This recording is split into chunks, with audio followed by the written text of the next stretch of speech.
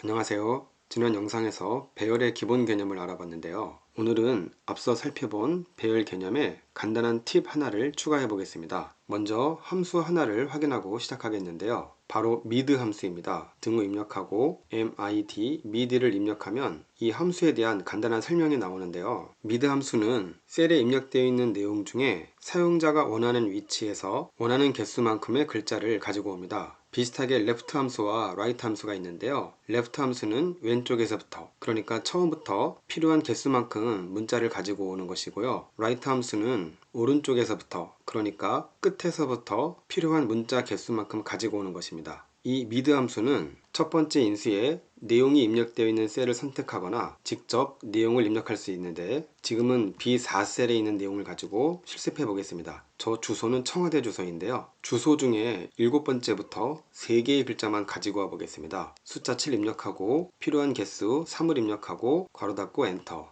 이렇게 전체 내용 중에서 7번째 위치부터 3개의 글자만 가지고 왔는데, 이때 우리가 띄어쓰기로 사용한 공백도 모두 글자 수에 포함됩니다. 간단히 mid 함수를 알아봤고요. 이번에는 mid 함수로 어떤 작업을 할 거냐면, 저 주소에 있는 내용을 처음부터 한 글자씩만 가지고 와 보겠습니다. 그럼 등호 입력하고 mid, 주소는 B4셀에 입력되어 있죠. 그리고 mid 함수라고 해서 반드시 중간에 있는 값만 가지고 올 수 있는 건 아닙니다. 위치를 1로 지정하면 첫 번째 글자부터 필요한 개수만큼 가지고 올 수 있습니다. 그래서 첫 번째 글자는 1을 입력해 주면 되는데, 여기 L3셀에 숫자 1이 입력되어 있기 때문에 L3을 선택하고 쉼표, 필요한 글자 개수 1개, 괄호 닫고 엔터. 이렇게 하면 첫 번째 글자 하나를 가지고 왔죠. 그 다음에 C7셀에 와서요, 동일한 방식으로 등호 입력하고 mid 함수, 첫 번째 인수에는 주소가 입력되어 있는 B4셀을 선택하고, 이번에는 두 번째 글자를 가지고 올 건데요. 여기 M3셀에 2가 입력되어 있기 때문에 M3셀을 선택해주고 쉼표, 한 글자, 괄호 닫고 엔터. 이렇게 두 번째 글자를 잘 가지고 왔습니다. 세 번째 글자를 가지고 와 볼까요? 등호 입력하고 mid 함수. 그런데 계속해서 이런 반복된 작업을 하는 것이 비효율적이기 때문에 함수를 복사해 보겠습니다. 주소가 입력되어 있는 B4셀을 선택하고요. 이 상태에서 키보드의 첫 번째 줄에 있는 F4키를 눌러줍니다. 그러면 셀 주소에서 행과 열을 나타내는 숫자에 달러 기호가 추가되는데요. 이건 절대 참조라고 해서 우리가 수식을 복사하더라도 주소가 입력되어 있는 B4셀은 기준과 같은 역할을 하고 있기 때문에 이렇게 절대 참조로 바꾸어서 사용해야 수식을 복사해도 오류가 발생하지 않습니다. 쉼표, 세 번째니까 숫자 3이 입력되어 있는 N3셀 선택하고요. 쉼표, 글자 개수 1개, 괄호 닫고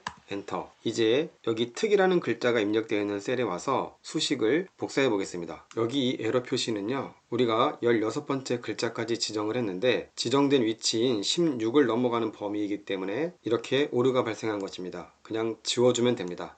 이런 식으로 글자 하나하나를 가져오기 위해서 각 셀마다 수식을 입력하는 방법이 있겠고요. 우리가 공부한 내용 중에 어레이 포뮬러 함수를 사용하면 이렇게 반복되는 작업을 한 번에 처리할 수도 있겠죠. B8셀로 와서요, 수식을 입력하겠습니다. 등호, mid 함수 입력하고 첫 번째 인수는 주소가 입력되어 있는 B4셀이죠. 그리고 우리가 지정할 문자의 위치는 이 범위를 모두 선택해 주는 것입니다. 그러면 어레이 포뮬러 함수가 알아서 순서대로 하나씩 가지고 와 주겠죠. 쉼표, 글자 수 하나, 괄호 닫고 엔터.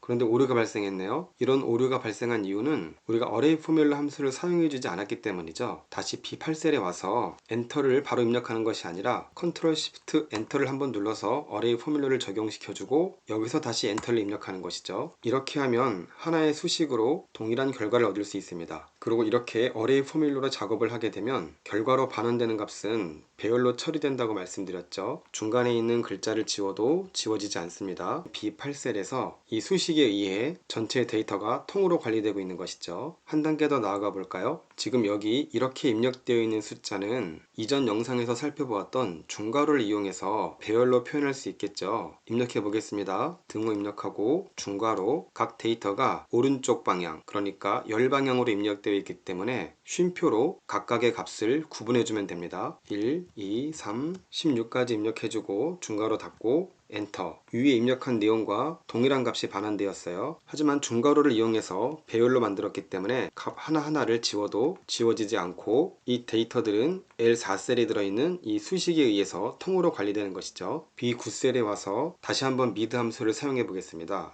등호 입력하고요. 미드 함수 첫 번째 인수는 주소가 입력되어 있는 B4셀 선택하고 두 번째 문자의 위치는 중괄호를 이용해서 배열로 표현해 보겠습니다. 1, 2, 3, 16까지 입력하고 중괄호 닫고 다시 쉼표 필요한 글자 개수 1 입력하고요. 미드 함수를 마무리하는 닫는 괄호. 이 상태에서 컨트롤 시프트 엔터 그리고 엔터를 다시 한번 입력해주면 마찬가지로 원하는 결과를 잘 가지고 올 수 있습니다. 이 정도 되면 뭔가 구글 스프레드시트를 고급지게 활용하고 있다는 그런 인상을 받을 수 있을까요? 방금 중괄호를 이용해서 배열을 사용한 내용을 보면 전체 글자의 개수가 16개여서 비교적 쉽게 입력을 했지만 전체 문자의 개수가 100개, 200개, 300개면 그땐 어떻게 해야 할까요? 그걸 모두 일일이 입력하다 보면 고급진 스킬이 아니라 우리의 손가락과 손목을 처참하게 혹사시키는 가혹한 작업이 되겠죠. 이제 여기서 시퀀스라고 하는 새로운 함수를 한번 알아보겠습니다. 등호 입력하고요. sequence 이 시퀀스란 함수는 사용자가 원하는 행과 열의 구조로 배열을 만들어주는 함수입니다. 예를 들어서요. 5행 5열의 배열을 만들어 보겠는데 행과 열의 순서로 인수를 입력하면 되기 때문에 5, 쉼표 5 그리고 시작값을 지정해 줍니다. 만약 시작값을 지정하지 않으면 1이 시작값으로 자동 지정됩니다. 1 입력하고요. 쉼표 네 번째 인수는 입력되는 값의 간격을 지정하는 것인데요. 아무런 값도 입력하지 않으면 입력값의 간격을 1로 자동으로 지정해 줍니다. 1 입력하고 닫는 괄호 엔터. 여기 보시면 우리가 원하는 대로 5 곱하기 5 행렬의 형태로 1부터 25까지의 값이 반환되었습니다. 한 번 더 해보겠습니다. 등호 입력하고 시퀀스 함수 이번에는 10행 1열로 해볼까요? 10 쉼표 1 만약 1부터 시작해서 숫자의 간격을 1로 하겠다면 이 상태에서 닫는 괄호 입력하고 엔터. 1부터 10까지의 숫자가 손쉽게 반환되었습니다. 그리고 이 시퀀스 함수로 얻어진 결과는 배열이기 때문에 우리가 배열의 특성을 이용할 때 유용하게 사용할 수 있을 것입니다. 시퀀스 함수 한 번 더 사용해 보겠습니다. 등호 입력하고요. 시퀀스 함수 이번에는 1행 10열로 배열을 만들어 보겠습니다. 1행 10열 1 쉼표 10 시작값은 0으로 하고요. 숫자 간격을 2로 지정해 보겠습니다. 괄호 닫고 엔터. 그러면 0부터 시작해서 숫자 2만큼의 간격으로 총 10개의 값이 배열의 형태로 반환되었죠. 다시 B10셀에 와서 미드 함수를 사용해 보겠습니다. 등호 입력하고 미드 함수 첫 번째 인수는 주소가 입력되어 있는 B4셀 입력해주고 여기에 시퀀스 함수의 결과를 참고로 입력해 놓으면 조금 더 이해에 도움이 되겠네요. 시퀀스 함수 1행 16열이네요. 1부터 시작해서 숫자의 간격이 1이니까 이 상태에서 닫는 괄호 엔터. 다시 B10셀에 와서 두 번째 인수부터 입력해주면 되겠네요. 시퀀스 1행 16열이었죠. 그리고 세 번째 인수로 가지고 올 문자 개수 1 입력하고 미드 함수를 마무리해주는 가로를 닫아주고요. 컨트롤 시프트 엔터 그리고 엔터를 한 번 더. 이번에도 우리가 원하는 값을 잘 가지고 왔습니다. 현재 이 상태에서 아쉬운 점 하나가 보이는데 여기 이 16이라는 숫자죠. 이 숫자는 주소에 들어있는 전체 글자 수를 의미하는데 이게 16개니까 우리가 직접 숫자를 세어서 이렇게 입력할 수 있는데요. 굉장히 긴 장문이라면 그 글자를 일일이 세는 것도 굉장히 큰일이죠. 이때 유용한 게 len이라는 함수입니다. 여기 i4셀에서요. 등호 입력하고 len 아마 length의 약자 같은데요. 셀에 입력되어 있는 문자가 전체 몇 개인지를 알려주는 함수입니다. 주소가 입력되어 있는 B4셀 선택하고 괄호 닫고 엔터. B4셀에 입력되어 있는 공백을 포함한 전체 문자 수를 이렇게 손쉽게 얻을 수 있습니다. 이제 B11셀에 와서요. 완성된 형태로 수식을 입력해 보겠습니다.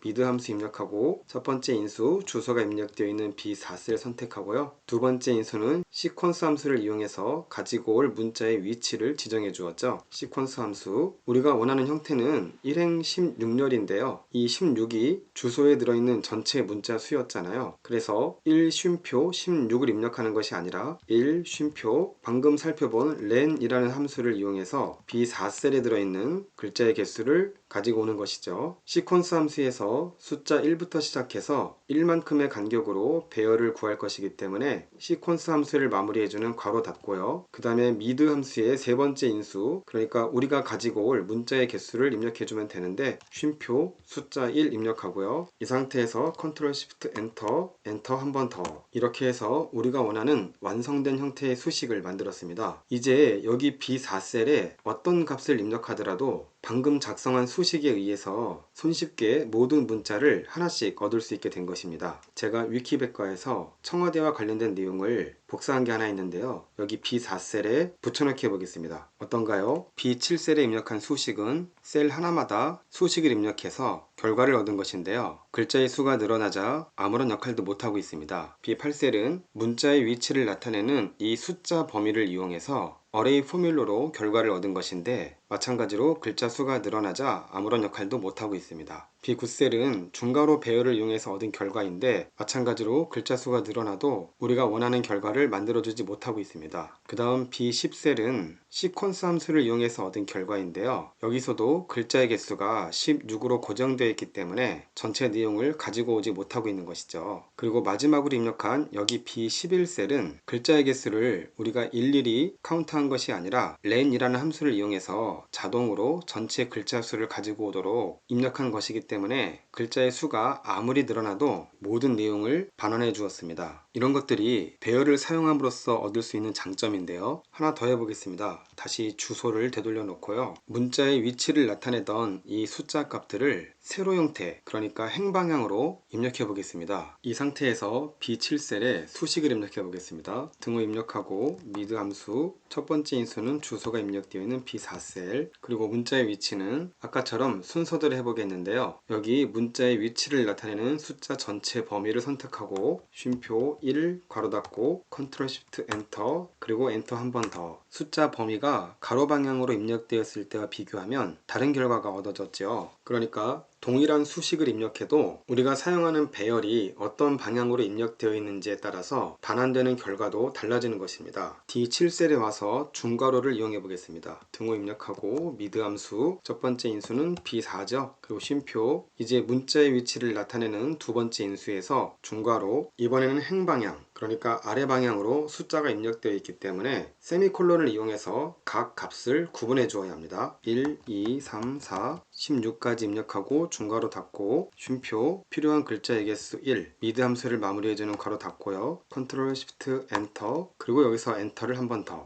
마찬가지로 행방향으로 입력되어 있는 배열을 이용했기 때문에 우리가 얻은 결과도 행방향으로, 그러니까 세로 방향으로 값이 반환된 것이죠. 이번엔 시퀀스 함수와 len 함수를 모두 사용해 보겠습니다. 등호 입력하고 미드 함수, 첫 번째 인수는 B4죠. 쉼표, 두 번째 인수에 시퀀스 함수를 사용할 것인데요. 이번에는 16행 1열이죠. 그래서 16 쉼표 1을 입력해주면 되는데 이 16도 우리가 직접 입력하는 것이 아니라 저 주소에 들어있는 글자의 개수를 함수가 자동으로 글자의 수를 확인할 수 있도록 len 함수를 이용해주면 됩니다. len, 주소가 입력되어 있는 B4셀을 입력해주고 len 함수의 가로를 닫고요. 이제 시퀀스 함수에 행에 해당하는 인수가 입력되었기 때문에 열에 해당하는 숫자 1을 입력하고 시퀀스 함수를 닫아줍니다. 그리고 마지막으로 미드 함수의 세 번째 인수, 즉 우리가 필요한 문자의 개수를 입력해주면 되기 때문에 쉼표 숫자 1 괄호 닫고 컨트롤 시프트 엔터, 여기서 엔터를 한 번 더 입력해 주는 것이죠. 이렇게 해서요, 오늘 영상에서는 시퀀스라는 함수를 이용하면 사용자가 원하는 형태로 다양한 배열을 만들 수 있다는 것을 알게 되었고요. 그리고 우리가 사용하는 배열이 행 방향인지 열 방향인지에 따라서 결과로 얻어지는 값 또한 차이가 있다는 것을 확인할 수 있었습니다. 이런 간단한 팁들이 여러분들의 업무에 도움이 되기를 바라고요. 오늘 영상은 여기서 마무리하겠습니다. 모두 수고하셨습니다.